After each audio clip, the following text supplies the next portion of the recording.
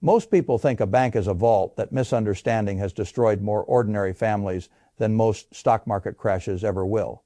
If I handed you a box, let you place your cash inside it, locked it, and told you the box was still yours, you would call that storage.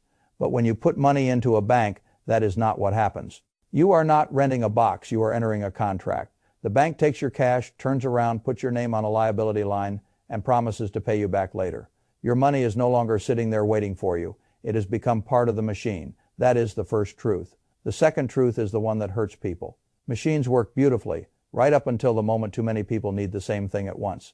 That is why I want to begin in Nebraska, not on Wall Street, not in some glossy boardroom, not in a seminar with charts.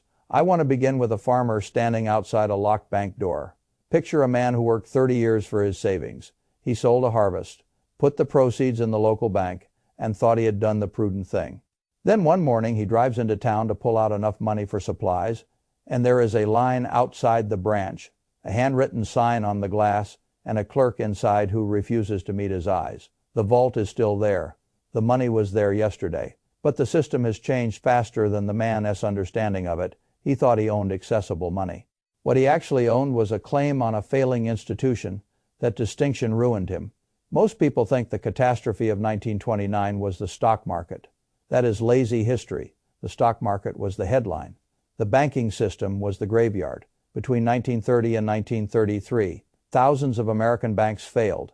Not speculative hedge funds, not meme accounts, banks' payroll, money disappeared, savings disappeared, seed money disappeared. Families who had done what they were taught to do, work, save, deposit, trust, watched their financial life evaporate, not because they made a reckless bet, but because they misunderstood what a bank deposit actually was.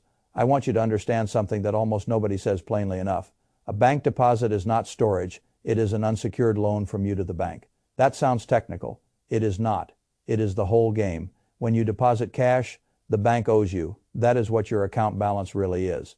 A promise, a claim, a liability from the bank's perspective, the dollars themselves become part of its balance sheet. They can be lent, invested, mismatched, and in bad cases impaired. The reason people do not feel this is because the system is designed to preserve the sensation of ownership. Your card works, your transfer goes through, the app shows the balance. The illusion of access feels like ownership. Access is not ownership. Access is permission delivered on schedule, and schedules break. The machine underneath all this is what people call fractional reserve banking. I do not need fancy language to explain it. It is simple. Banks take short-term money and turn it into long-term bets. They promise depositors liquidity while funding assets that cannot be instantly liquidated at full value. That maturity mismatch is not an accident. It is the business model. In normal times, it looks elegant. In stress times, it looks insane. That is why the system is always one confidence break away from revealing what it really is. You can call that pessimism if you like. I call it reading the contract. In calm years, people become sentimental about banks. They trust the building, the marble floors, the app interface, the ATM, the logo, the regulatory language, the annual report. They assume size equals safety, familiarity equals safety, government language equals safety. What they are really trusting is not the bank. They are trusting that enough other people will not ask for their money at the same time. That is what a bank run is. It is not greed. It is arithmetic arriving all at once. In 1930, 1931, 1932, the public learned that lesson brutally.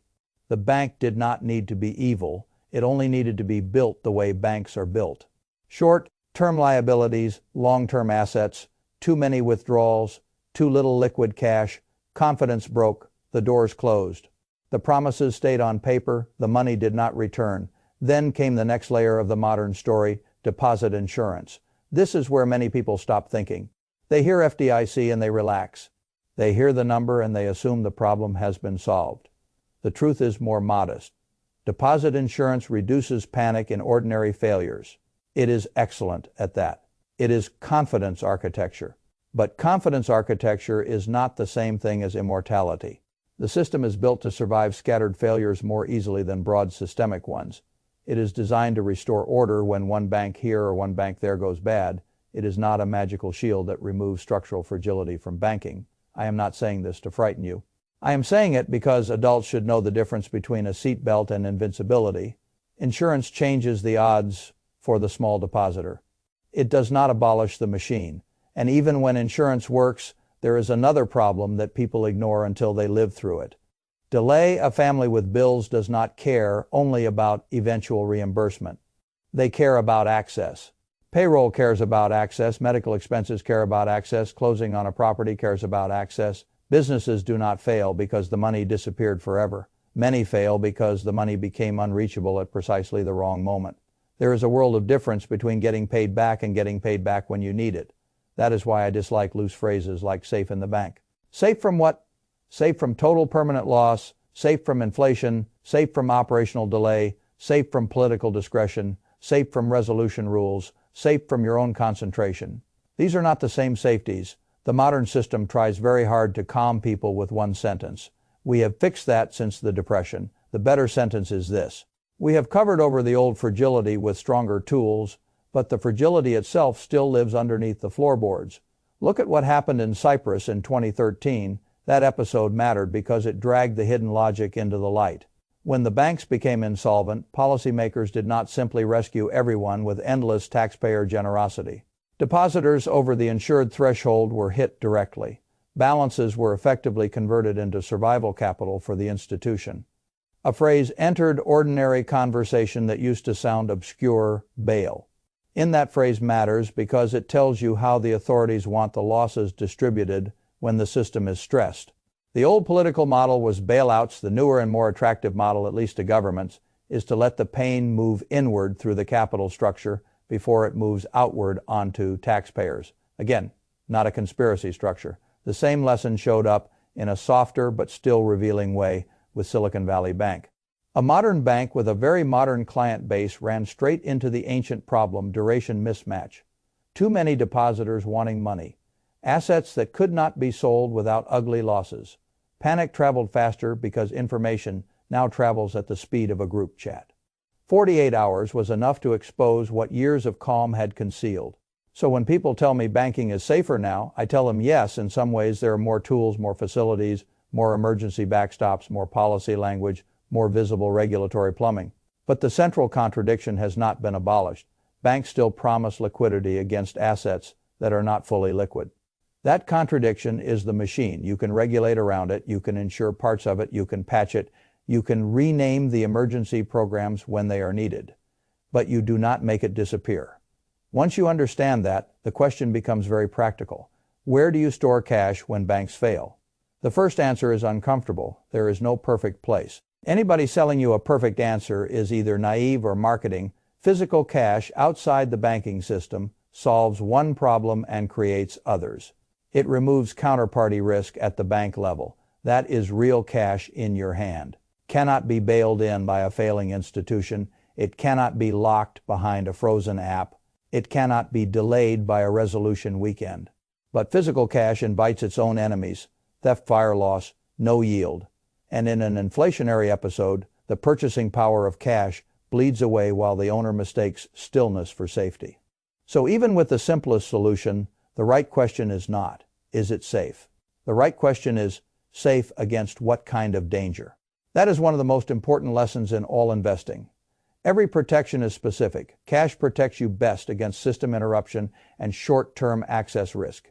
It protects you terribly against long-run inflation. Treasury bills solve a different problem.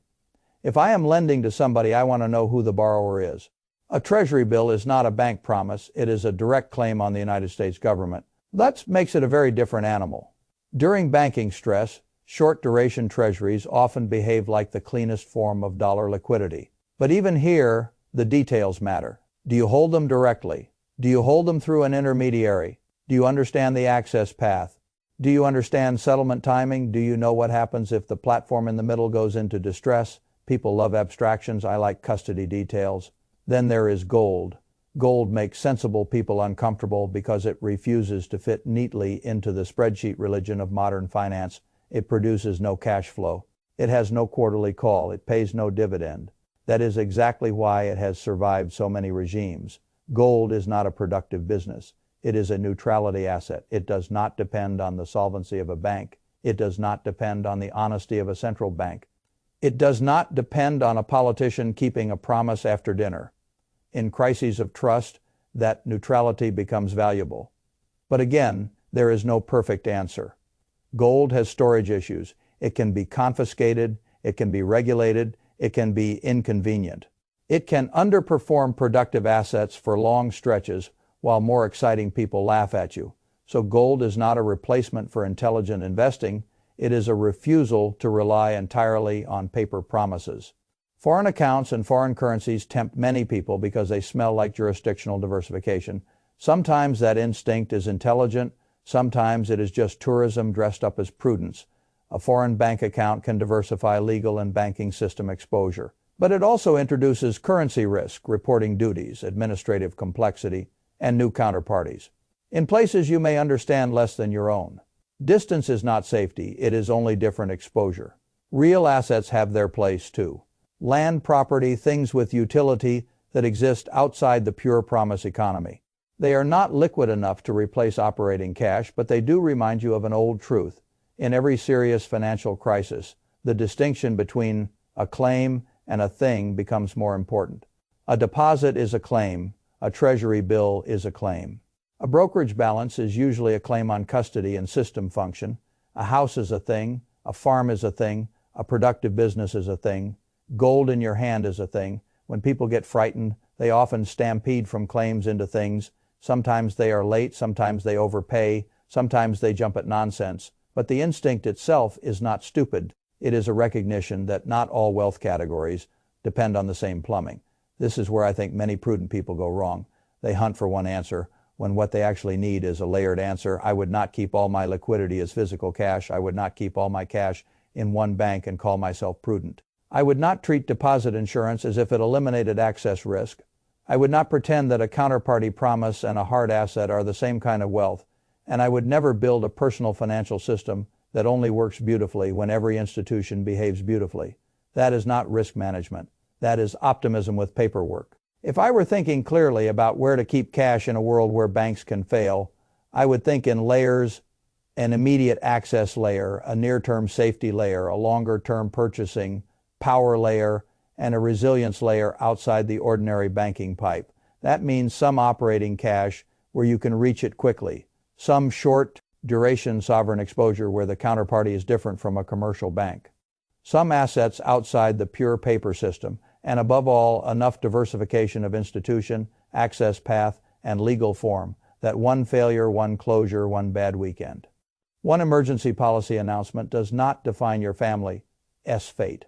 That is what most people miss when they study 1929. They treat it like a museum piece, a black and white warning from another era.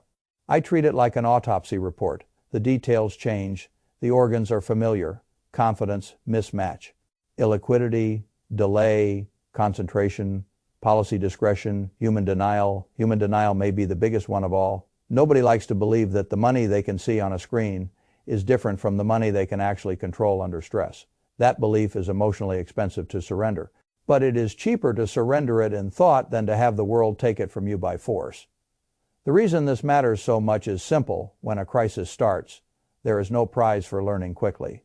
The prize goes to the people who had already learned. The farmer in Nebraska could still see the vault through the window. That is what makes the story brutal. The building stood there. The symbols of safety were all present. The legal and structural truth beneath them had already changed his future. That is exactly how modern fragility works. The screen still shows the number. The branch still has a sign. The language still says your account. The system still calls it your money. But if enough pressure arrives, the distinction between your claim and your control becomes the only distinction that matters. I have never liked discovering the true nature of an asset during a panic. I would rather learn it in peace. That is why I study failure. Not because I enjoy it, because failure reveals which protections were real and which were only decorative. A bank is not a vault, it is a counterparty. And the sensible adult response to that fact is not hysteria. It is architecture.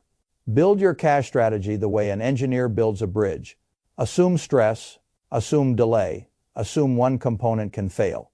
Assume human beings in authority will prefer system stability to your convenience. Then design around that. If you do, A banking crisis becomes a problem to manage. If you do not, it becomes a lesson you pay for at the locked door.